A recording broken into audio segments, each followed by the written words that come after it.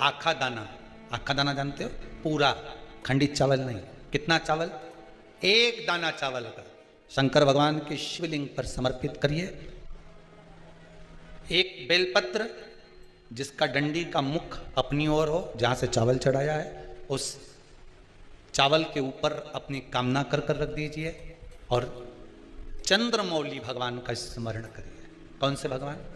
शंकर भगवान का सर्वश्रेष्ठ सुंदर नाम है चंद्रमौली। चंद्रमौली भगवान का स्मरण करिए, अपनी कामना कर कर बेलपत्र समर्पित कर कर शिव जी पर एक लोटा पानी, एक जल पात्र समर्पित करो, कलश से जल चढ़ा दीजिए, नैनों में वो जल लगाकर अपनी कामना कर कर वापिस घर को आइए। आएगी जो कामना करी है मेरा चंद्रमौली भोलेनाथ उसे पूर्ण कर ही देगा। पूर्णिमा के दिन आप शाम को प्रदोष काल के समय लोटा पानी, उसमें 5 बेलपत्र रखकर, एक कमलगट्टा डालकर भगवान चंद्रेश्वर महादेव के नाम से भगवान शंकर को चढ़ा दीजिए। आपकी जो कामना हो वो कामना कर कर चढ़ाएं, विनती करें चंद्रेश्वर महादेव को और निवेदन करें कि हमारा ये कार्य सफल हो।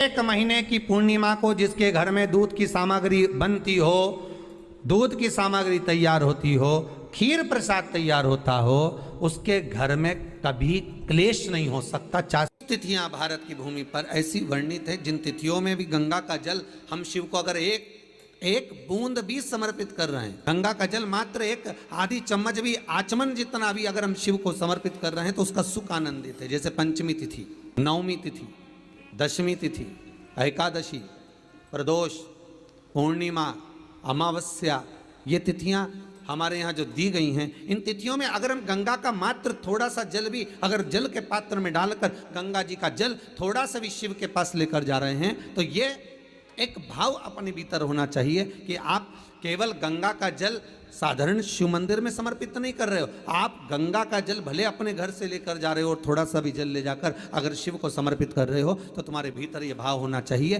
कि मैं गंगोत्री से जल भरकर सीधे रामेश्वर में ले जाकर गंगा के जल को समर्पित कर रही हूँ। आप शिव को समर्पित कर रहे हैं, ये आपके भीतर एक भाव उत्पन्न होना चाहिए। सभी को सुंदर पूर्णिमा की बहुत बहुत बधाई हो। बाबा विश्वनाथ की कृपा आप पर सदा बनी रहे।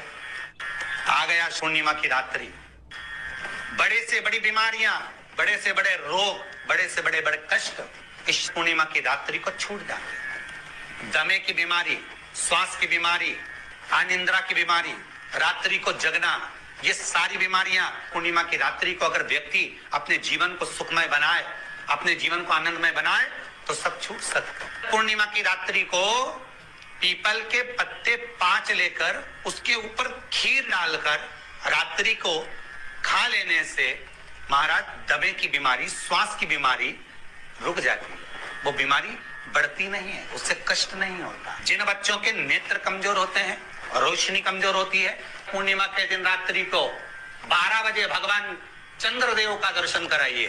5 से 7 मिनट तक नयन मिलाए चंद्रदेव के साथ और बाद में एक पीपल के पत्ते पर खीर जो चंद्र के नीचे रखी हुई है उसी खीर को चटा दीजिए। फिर चंद्र का दर्शन कराओ, फिर खीर को चटा दीजिए। महाराज नयन की ज्योति बढ़ती है, नींद नहीं आती तो निंद्रा देवी प्रवेश करती है, निंद्रा अच्छी आती है, आनंदित होता है। महाराज जिस व्यक्ति के शरीर में गांठ पड़ जाती हो, शरीर काला पड़ जाता हो, चट्टे पड़ जाते हो या दांत खाज खुजली हो जाता हो, उसके लिए भी पूर्णिमा की रात्रि को 12 बजे महाराज भगवान चंद्रदेव के लिए 21 दिए जलाए जाते हैं।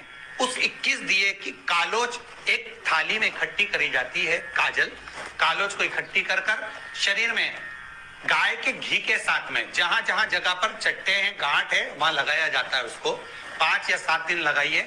उसके बाद में रोज प्रतिदिन लगाने के आधे घंटे बाद स्नान कर लीजिए, आराम लगना प्रारंभ हो जाता है।